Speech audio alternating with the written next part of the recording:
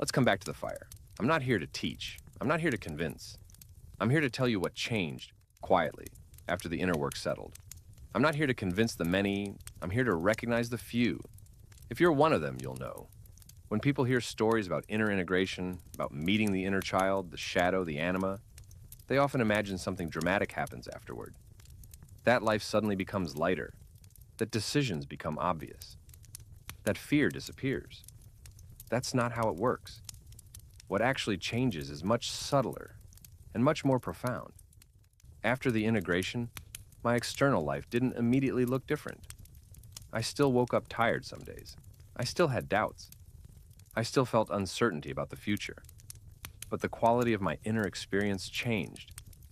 There was less internal noise, not silence, coherence.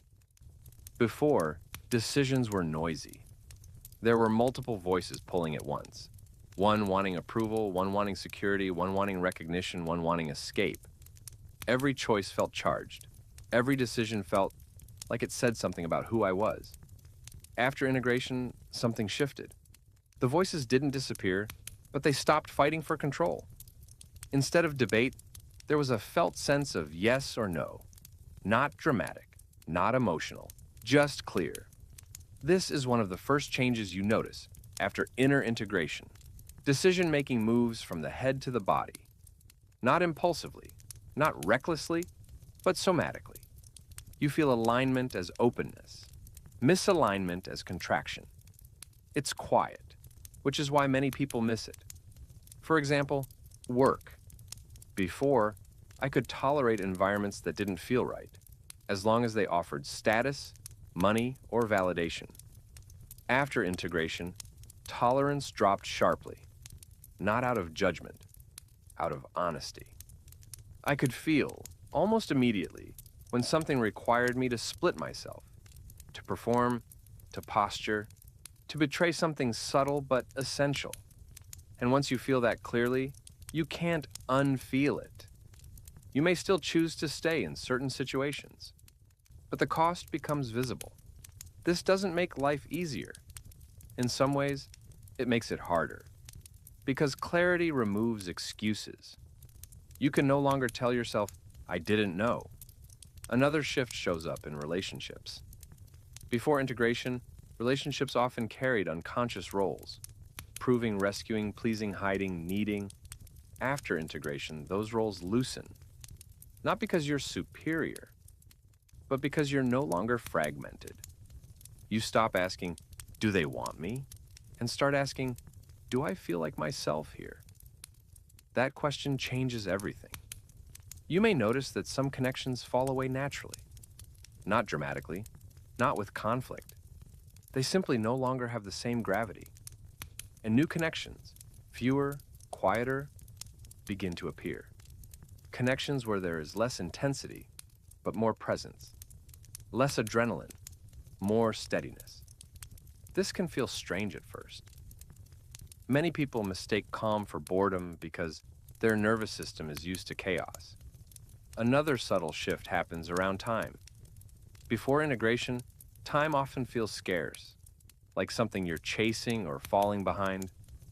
After integration, time feels less like pressure and more like space. You're not constantly racing to become someone. You're already here. That doesn't make you passive, it makes you precise. This precision shows up in small, ordinary choices. What you say yes to, what you decline without explanation, how long you stay in conversations that drain you, how much stimulation you allow into your life. You begin to protect your attention, not aggressively, but instinctively. Attention becomes sacred, not because it's spiritual, but because it's finite. One of the biggest misconceptions about inner integration is that it makes you softer in every way. In truth, it makes you gentler and firmer at the same time. Gentler with yourself, firmer with reality. You're less willing to negotiate with situations that require self-abandonment.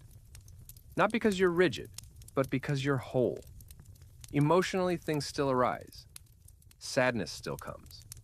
Anger still visits. Fear still shows up. But emotions move through more freely.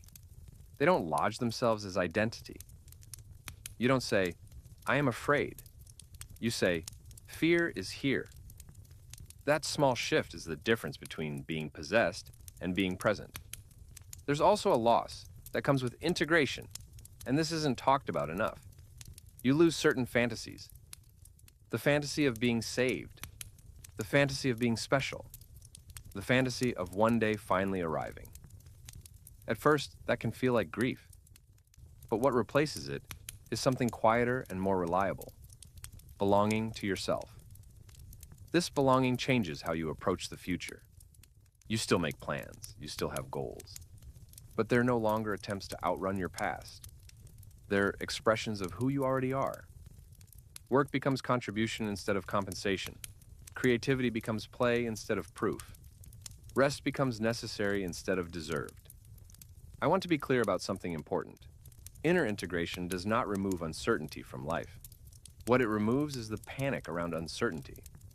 You stop asking, what does this say about me? And start asking, what is true right now? That question is enough.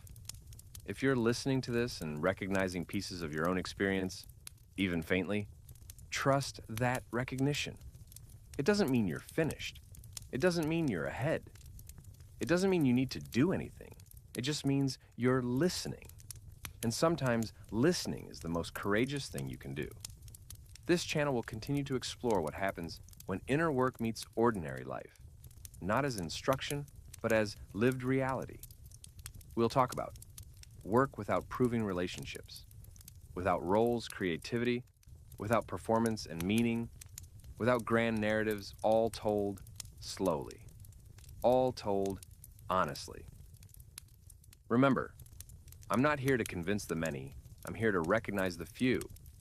If you're one of them, you'll know.